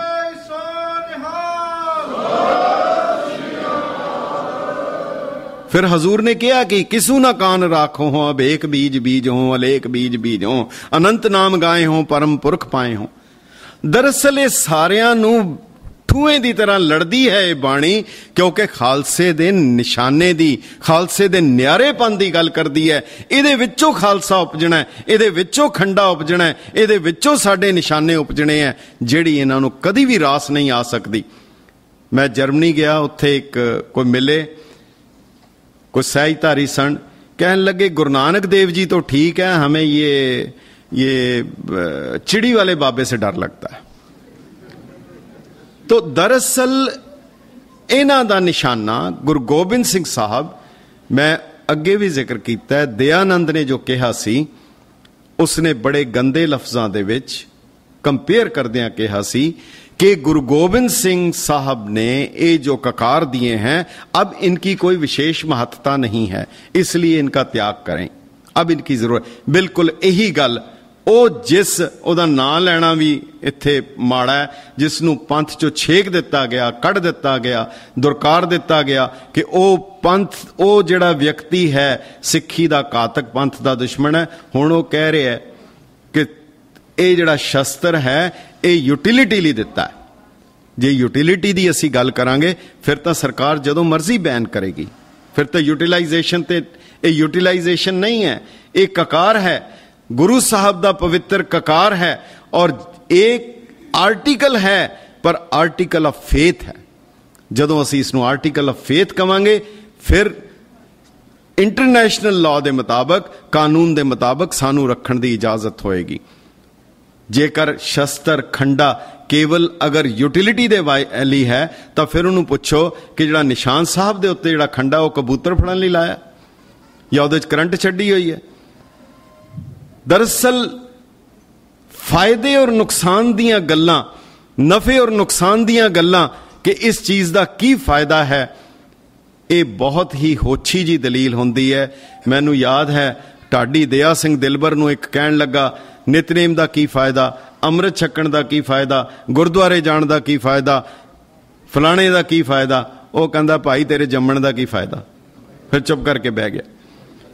ਸੋ ਇਹ ਜਿਹੜੀ ਗੱਲ, ਇਹ ਵੀ ਉਹਦੇ ਚੋਂ ਕਰਨੀ, ਇਹ ਵੀ ਸ੍ਰੀ ਦਸਮ ਗ੍ਰੰਥ ਸਾਹਿਬ ਦੀ ਦੇਣ ਹੈ। ਫਿਰ ਫਿਰਕਿਆਂ ਦੇ ਵਿੱਚ ਮਾਨਸ ਕੀ ਜਾਤ ਸਭ ਏਕੇ ਪਹਿਚਾਨ ਵੋ ਤੱਕ ਨਹੀਂ, ਕਿਤਨੇ ਸਾਫ਼ ਲਫ਼ਜ਼ਾਂ ਦੇ ਵਿੱਚ, ਕਿਤਨੇ ਛੋਟੇ ਜਿਹੇ ਲਫ਼ਜ਼ਾਂ ਦੇ ਵਿੱਚ, ਜਾਂ ਤੇ ਛੂਟ ਗਿਓ ਭ੍ਰਮ ਉਰਕਾ, ਜਿਹਦੇ ਅੰਦਰੋਂ ਵਿਤਕਰਾ ਮਿਟ ਗਿਆ, ਜਿਹਦੇ ਹਿਰਦੇ ਚੋਂ ਵਿਤਕਰਾ ਮਿਟ ਗਿਆ, ਜਾਂ ਤੇ ਛੂਟ ਗਿਓ ਭ੍ਰਮ ਉਰਕਾ, ਤਿਸ ਆਗੇ ਹਿੰਦੂ ਕਿਆ ਤੁਰਕਾ। ਉਹਦੇ ਅੱਗੇ ਹਿੰਦੂ ਕੀ ਹੈ ਤੇ ਮੁਸਲਮਾਨ ਕੀ ਹੈ। ਇਹ ਜਿਹੜਾ ਸਿਧਾਂਤ ਹੈ ਭਾਈ ਸੰਤੋਖ ਸਿੰਘ ਜੀ ਨੇ ਲਿਖਿਆ ਕਿ ਔਰੰਗਜ਼ੇਬ ਦੇਸ਼ ਦੇ ਵਿੱਚ ਰਾਸ਼ਟਰੀ ਏਕਤਾ ਪੈਦਾ ਕਰਨਾ ਚਾਹੁੰਦਾ ਸੀ। ਬੜਾ ਗੰਭੀਰ ਨੁਕਤਾ ਹੈ। ਔਰੰਗਜ਼ੇਬ ਦੇਸ਼ ਦੇ ਵਿੱਚ ਏਕਤਾ ਚਾਹੁੰਦਾ ਸੀ। ਗੁਰੂ ਗੋਬਿੰਦ ਸਿੰਘ ਸਾਹਿਬ ਉਸ ਏਕਤਾ ਦੇ ਖਿਲਾਫ ਸਨ। ਹਰ ਏਕਤਾ ਚੰਗੀ ਨਹੀਂ ਹੁੰਦੀ, ਹਰ ਅਨੇਕਤਾ ਮਾੜੀ ਨਹੀਂ ਹੁੰਦੀ। ਭੈੜੇ ਵਿਅਕਤੀਆਂ ਦੀ ਏਕਤਾ ਬਹੁਤ ਨੁਕਸਾਨ ਕਰਦੀ ਹੈ। ਔਰੰਗਜ਼ੇਬ ਏਕਤਾ ਚਾਹੁੰਦਾ ਸੀ। ਭਾਈ ਸੰਤੋਖ ਸਿੰਘ ਜੀ ਕਹਿੰਦੇ ਹਨ, ਛਾਏ ਜਾਤੀ ਏਕਤਾ ਅਨੇਕਤਾ ਬਿਲਾਏ ਜਾਤੀ, ਫੈਲਤੀ ਕੁਚੀਲਤਾ ਕਤੇਬਨ ਕੁਰਾਨ ਕੀ, ਪਾਪ ਹੀ ਪਰਪੱਕ ਜਾਤੇ ਧਰਮ ਤਸਕ ਜਾਤੇ, ਵਰਨ ਗਰਕ ਜਾਤੇ ਸਹਿਜ ਵਿਧਾਨ ਕੀ, ਦੇवी देवदे हो रे संतोख सिंगा दूर होते, रीत मिट जाती कथा बेदन पुराण की, श्री गुरु गोबिंद सिंह परम पावन रूप मूरत ना होती जो पे करना निदान की। गुरु गोबिंद सिंह साहब ने एकता नहीं होने दिती। ਅੱਜ ਫਿਰ ਰਾਸ਼ਟਰੀ ਏਕਤਾ ਦੇ ਨਾਂ ਥੱਲੇ ਇਹ ਲੋਕ ਉਸ ਦੇ ਵਿਰੋਧ ਜਿਹੜੀ ਚੀਜ਼ ਖੜੀ ਹੁੰਦੀ ਹੈ, ਜਿਹੜੀ ਦ੍ਰਿੜ ਕਰਦੀ ਹੈ, ਜਾਂ ਤੇ ਛੂਟ ਗਏ ਉਹ ਭ੍ਰਮ ਉਰਕਾ, ਤਿਸ ਆਗੇ ਹਿੰਦੂ ਕਿਆ ਤੁਰਕਾ। ਡਾਕਟਰ ਜੋਤ ਸਿੰਘ ਜੀ ਨੇ ਬਹੁਤ ਕਮਾਲ ਦਾ ਇੱਕ ਲਫ਼ਜ਼ ਲਿਖਿਆ ਸੀ, ਤੁਸੀਂ ਯੂਨਿਟੀ ਆਫ ਇੰਡੀਆ ਦੀ ਗੱਲ ਕਰਦੇ ਹੋ, ਯੂਨਿਟੀ ਆਫ ਰਿਲੀਜਨਸ ਦੀ ਗੱਲ ਕਰਦੇ ਹੋ, ਦਰਅਸਲ ਤੁਹਾਡੇ ਅੰਦਰ ਬੇਈਮਾਨੀ ਹੈ। ਤੁਸੀਂ ਯੂਨਿਟੀ ਆਫ ਰਿਲੀਜਨ ਨਹੀਂ, ਤੁਸੀਂ ਯੂਨੀਫਿਕੇਸ਼ਨ ਆਫ ਰਿਲੀਜਨ ਦੀ ਗੱਲ ਕਰ ਰਹੇ ਹੋ। ਇਹ ਡਾਕਟਰ ਜੋਤ ਸਿੰਘ ਜੀ ਦਾ ਉਹਨਾਂ ਦੇ ਵਿੱਚ ਜਾ ਕੇ ਇਹ ਬਿਆਨ ਪੜ੍ਹਨਾ ਬੜਾ ਹੀ ਮਹੱਤਵਪੂਰਨ ਔਰ ਬੜਾ ਕਮਾਲ ਦਾ ਇਹਨਾਂ ਦਾ ਬਿਆਨ ਸੀ। ਸੋ ਇੱਕ ਇਹਦੇ ਵਿੱਚੋਂ ਵੀ ਹੈ। ਫਿਰ ਇਸ ਧਰਤੀ ਤੇ ਜੇ ਕਿਸੇ ਨੇ ਕੁਝ ਦਿਖਾਤਾ, ਕੋਈ ਡਰਾਮਾ ਦਿਖਾਤਾ, ਕੁਝ ਕਰਤਾ, ਉਹਨੂੰ ਭਗਵਾਨ ਕਹਿ ਦਿੱਤਾ। ਜਿਸ ਦੇ ਕੋਲੋਂ ਕੁਝ ਪ੍ਰਾਪਤ ਹੋ ਗਿਆ ਉਹ ਵੀ ਭਗਵਾਨ ਹੈ, ਜਿਹਦੇ ਕੋਲੋਂ ਡਰ ਲੱਗਾ ਉਹ ਵੀ ਭਗਵਾਨ ਹੈ, ਉਹ ਵੀ ਦੇਵ ਹੈ। ਦਰਖਤ ਵੀ ਦੇਵ ਹੈ, ਸੱਪ ਵੀ ਦੇਵ ਹੈ, ਠੂਆਂ ਵੀ ਦੇਵ ਹੈ, ਗਾਂ ਵੀ ਦੇਵ ਹੈ, ਦੇਵਤੇ ਦਾ ਲਿੰਗ ਵੀ ਦੇਵ ਹੈ। ਹਰ ਕੁਝ ਜਿਹੜਾ, ਜਿਹੜੀ ਚੀਜ਼ ਨਜ਼ਰ ਆ ਗਈ, ਕੁਝ ਮਿਲਿਆ ਜਾਂ ਡਰ ਲੱਗਾ, ਦੇਵ ਹੈ। ਪਰ ਹਜ਼ੂਰ ਨੂੰ ਪਤਾ ਸੀ, ਇੱਥੋਂ ਦੇ ਸਾਡੇ ਲੋਕਾਂ ਦੀ ਮਾਨਸਿਕਤਾ ਦਾ ਪਤਾ ਸੀ। ਉਹਨਾਂ ਨੇ ਕਿਤਨੇ ਸਾਫ਼ ਲਫ਼ਜ਼ਾਂ ਵਿੱਚ ਕਿਹਾ, ਜੋ ਮੁਝਕੋ ਪਰਮੇਸ਼ਰ ਉਚਰੇ हैं ते सब नरक कुंड में परे हैं। कितना स्पष्ट आदेश है ਜਿਹੜਾ ਗੁਰੂ ਸਾਹਿਬ ਦੇ ਰਹੇ ਹਨ ਔਰ ਕਿਤਨਾ ਸਾਫ਼ ਕਹਿ ਰਹੇ ਹਨ। ਦਸਮ ਗ੍ਰੰਥ ਸਾਹਿਬ ਦੇ ਵਿੱਚ ਇੱਕ ਗੱਲ ਯਾਦ ਰੱਖਣਾ, ਜਿੰਨੇ ਵੀ ਕਰੈਕਟਰਸ ਹੈ, ਅਗਰ ਕੋਈ ਉਸਤਤੀ ਦੇ ਲਾਇਕ ਹੈ ਉਹਦੀ ਉਸਤਤ ਹੈ।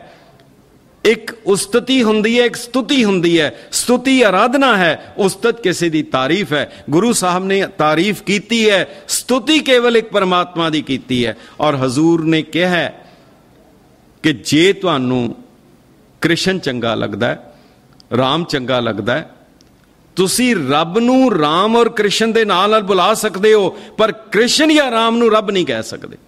ਬਸ ਛੋਟਾ ਜਿਹਾ ਸਿਧਾਂਤ ਹੈ। God is Ram, but is Ram God? ਬਸ ਇਹ ਸਵਾਲ ਹੈਗਾ। ਜੇ ਸਮਝ ਆ ਜਾਏ, ਜਿਸ ਚੀਜ਼ ਨੂੰ ਗੁਰੂ ਸਾਹਿਬ ਨੇ ਬੜਾ ਕਲੀਅਰ ਕੀਤਾ, कि दसम कथा भगवत की भाखा करी बनाए, अवर वासना नाहे प्रभ धर्म युद्ध को चाहे। एक गल होर, मैं समा भी हो गया, मैं अखीरली एक गल जरूर कहनी चाहांगा। गुरु गोबिंद सिंह साहब की बाणी अपने समय तो बहुत अगे की बाणी है। आने वाला समा इसनू याद रखेगा, आने वाला समा इनू नोट करेगा। दुनिया दे विच अज सारे मुल्कां दे विच जेंडर दे दो कालम लिखे जाते हैं, male and female, he and she. दरअसल इसनू लिखा जाता है सैक्स, उहदे अगे कालम सैक्स नहीं है, जेंडर है। पहली गल तां इत्थे है। दूसरी गल, दरअसल दो नहीं 3 जेंडर हैं, एक तीसरा जेंडर भी है। उस तीसरे जेंडर नूं नकारिया गया, दुरकारिया गया, तिरस्कारत किया गया, उन्हां दे मनुखी अधिकार खोले गए। अज दुनिया पंछियां दे, पशुआं दे, एनवायरनमेंट दे हक्कां दी गल कर रही है, पर वो जिहड़ी तीसरी श्रेणी है किसी साहित्यकार ने जिक्र नहीं किया। साहिब श्री गुरु कलगीधर पिता अकाल उस्तत विच उन्हां दा जिक्र कर रहे हैं, नर नार नपुंसक जाहे किए, जिस वाहिगुरू ने नर नारी ते नपुंसक पैदा किए। आने वाला समय, आने वाला समय इस जेंडर दे 2 कालम तो या 3 कालम बनाएगा या 2 दा 1 भी नहीं रखेगा। तुहानू पुछण दी लोड़ नहीं। ये गुरु गोबिंद सिंह साहब दी बाणी जिहड़ी है आने वाले समय की बाणी है। नास्तिकां दे नाल बहस करन दी लोड़ नहीं। एक छोटा जिहा नुकता जे, एक छोटा जिहा सवाल है। सिख मिशनरी कॉलेज चौंता रोपड़ दे बलजीत सिंह, उन्होंने सवाल किया सी कि सिंपल जवाब दिओ, जिस बाणी दे नाल अमृत बनाया जाता है, जिहड़ी नितनेम का हिस्सा है, कब्बिओ बाच बेनती चौपई पातशाही 10वीं, किस दी लिखी हुई है? बड़ा सीधा सवाल है। असी पढ़ते हाँ, पढ़दा तो मैं कुरान भी पढ़दा, बाइबल भी पढ़दा, होर भी किताबां पढ़ियां। गुरु साहब भी कहते हैं बहुत सासत बहुत सिमरती पेखे सर्व ढंडोल, पढ़दा होर है। सवाल है कि तुसी इसनू मन बच कर्म करके बाणी समझदे हो? की तुसी समझदे हो किसी कवि की कविता दे नाल अमृत तैयार हुंदा है? की तुसी किसी कविता दे नाल तुसी नितनेम करदे हो?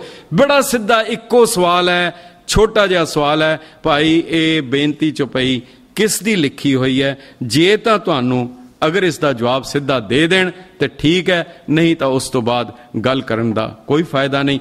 अखीर दे विच गुरु गोबिंद सिंह साहब नू पता सी ऐसियां हुजतां करन वाले होणगे।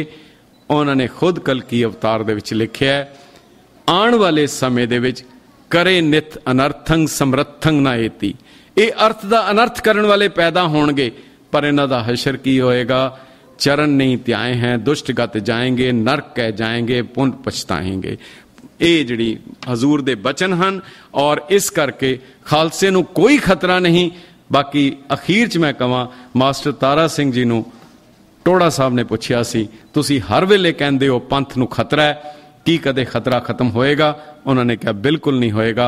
हर कीमती चीज़ नू खतरा है, सोने नू, सुहप्पण नू, हीरे चांदी नू खतरा है, संभालना पेगा। सड़क दे किनारे पे रोड़े पत्थरां नू कोई खतरा नहीं है।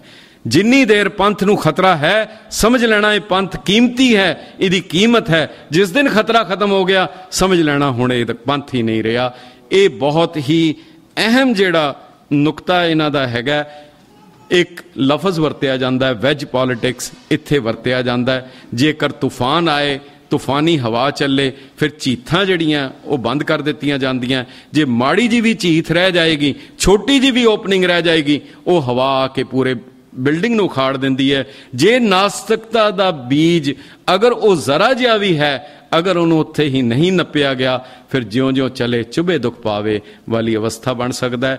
इन्हां लफ्जां दे नाल समा भी कुछ शायद वध हो गया, 2-4 मिनट।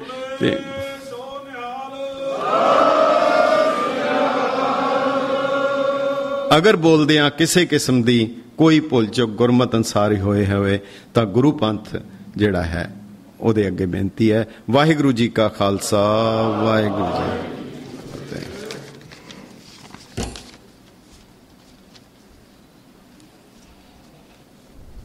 बहुत बहुत धन्यवाद मानयोग सरदार गुरचरणजीत सिंह जी लांबा दा, जिन्हों ने बड़े ही विस्तार नाल श्री दसम ग्रंथ साहिब जी की बाणी, इहदी की विशेषता है, ਇਹਦੀ ਕੀ ਮਹਾਨਤਾ ਹੈ, ਇਸ ਤੋਂ ਆਪਾਂ ਸਾਰਿਆਂ ਨੂੰ ਜਾਣੂ ਕਰਵਾਇਆ ਹੈ।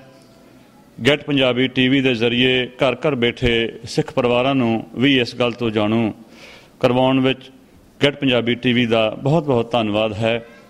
ਸ਼ੁਕਰਗੁਜ਼ਾਰ ਹਾਂ ਸੱਚੇ ਪਾਤਸ਼ਾਹ ਧੰਨ ਸ੍ਰੀ ਗੁਰੂ ਗ੍ਰੰਥ ਸਾਹਿਬ ਜੀ ਦਾ, ਜਿਨ੍ਹਾਂ ਨੇ ਆਪਾਂ ਸਭਨਾਂ ਨੂੰ ਇੱਥੇ ਆ ਕਰਕੇ ਇਸ ਗਿਆਨ ਖੜਗ ਦੀ ਪ੍ਰਾਪਤੀ ਵਾਸਤੇ ਇਹ ਉਦਮ ਤੇ ਚਾਅ ਬਖਸ਼ਿਸ਼ ਕੀਤਾ ਹੈ।